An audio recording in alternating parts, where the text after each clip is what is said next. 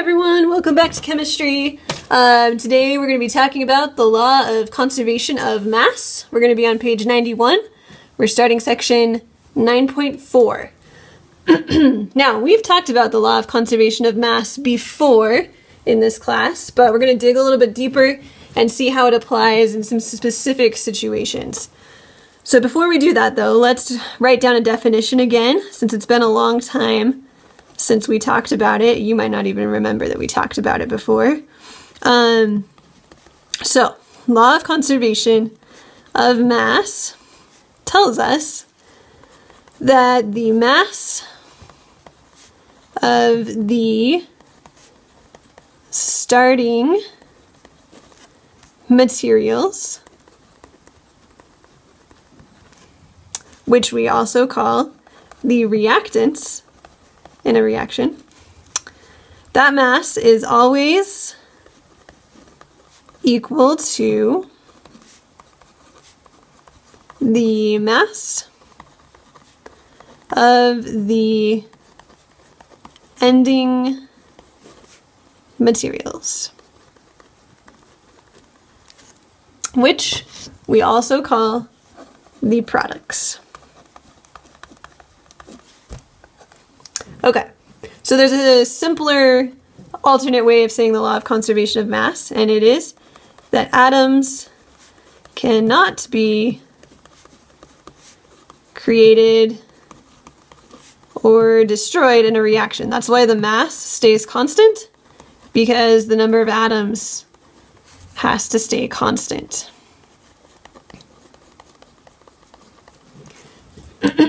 Okay, so law of conservation of mass, it just means the mass stays the same throughout the reaction.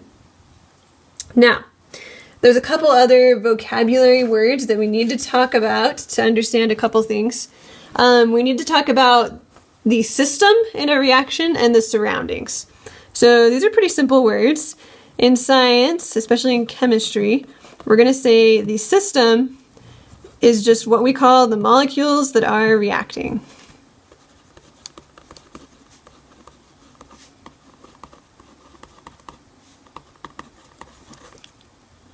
And then the surroundings is everything else.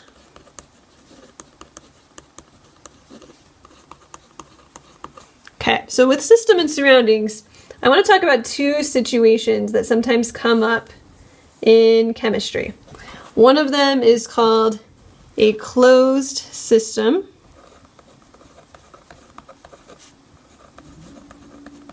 So I want to draw a picture of this. So imagine that we have some kind of glass rectangle, and we put a couple of chemicals in it and then we close it so it's completely enclosed. So maybe we have a liquid chemical and some kind of powder. Okay, these chemicals are the system, and this is a closed system because it's enclosed. It's in a glass rectangle. None of the chemicals can get out and no other chemicals can get in. So this right here is the system. Everything around this container is the surroundings. So let's say these two chemicals can react with each other, and let's say when they do, they produce a gas. So let's say some kind of gas is produced, and let's say before they react, let's say that we weigh these chemicals and they weigh 12.5 grams. And then let's say they react and we weigh them again at the end. Even though a gas has been released, what do you think the mass is going to be? It's going to obviously be 12.5 because this is a closed system. Even though there's now some gas particles up here, that gas has not escaped, so the mass stays constant. That's a closed system. We could also have, and we often do have in the world, an open system. So let's say we have a beaker that does not have a top, we don't have a lid, and let's say we do the same reaction. So we have that liquid, we add this other chemical that reacts with it, we measure their mass, it's 12.5 grams, a gas gets produced, and then after the reaction, we weigh this system again. Okay, now this system, these two chemicals right here, they're open to the surroundings. So that gas is not just going to stay in this container, it's going to escape, right? So since the gas has escaped, when I weigh this, it's probably going to weigh less. It's probably going to weigh 10.2 grams. Now, do both of these obey the law of conservation of mass? The answer is yes. The law of conservation of mass is obeyed, just in this case, some of the mass escaped to the surroundings.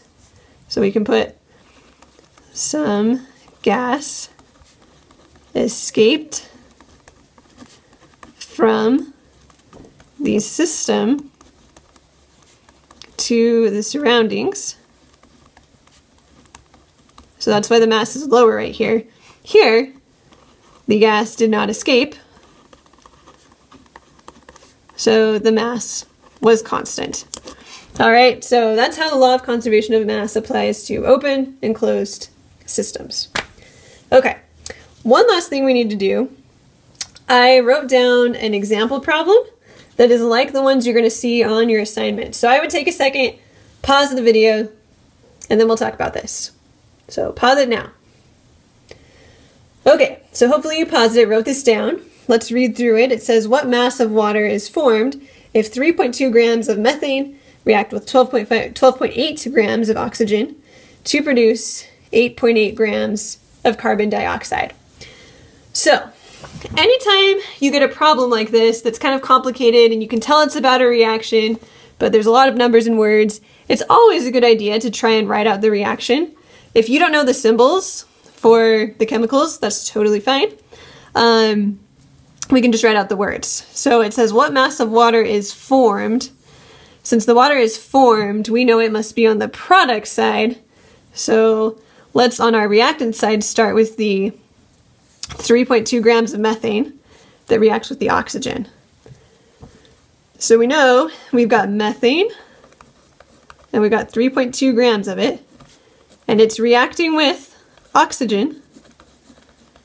And we've got 12.8 grams of that to produce, it says it's producing carbon dioxide. And we've got 8.8 grams of that. And then since it's asking what mass of water is formed, we're going to assume that we're also producing water. We don't know what mass that is. Now, you'll notice this is a combustion reaction, by the way, because it's making carbon dioxide and water. And we're reacting with oxygen. But anyway, the way we can solve this problem is by remembering the law of conservation of mass, which says the mass on this side has to be equal to the mass on this side. So what I can do is add up these two numbers. And when I do that, I'm going to get 16 grams. And since the left side, the reactant side, is 16 grams, I know that the product side has to add up to 16 grams. I know half of the product side, I know it's 8.8. So to find the other half, I simply need to do 16 grams minus 8.8 grams, because that will tell me what two numbers I need to add up to 16. Hopefully that's clear. When you subtract 8.8 from 16, you'll end up with 7.2 grams of water. Okay, so another way of thinking of this is 8.8 plus what equals 16. So it's 8.8 plus 7.2 equals 16.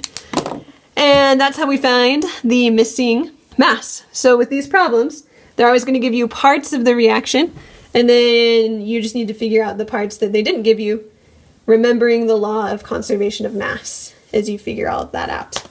So, good luck. Hope you guys have a good week, and please let me know if you have any questions. Talk to you later.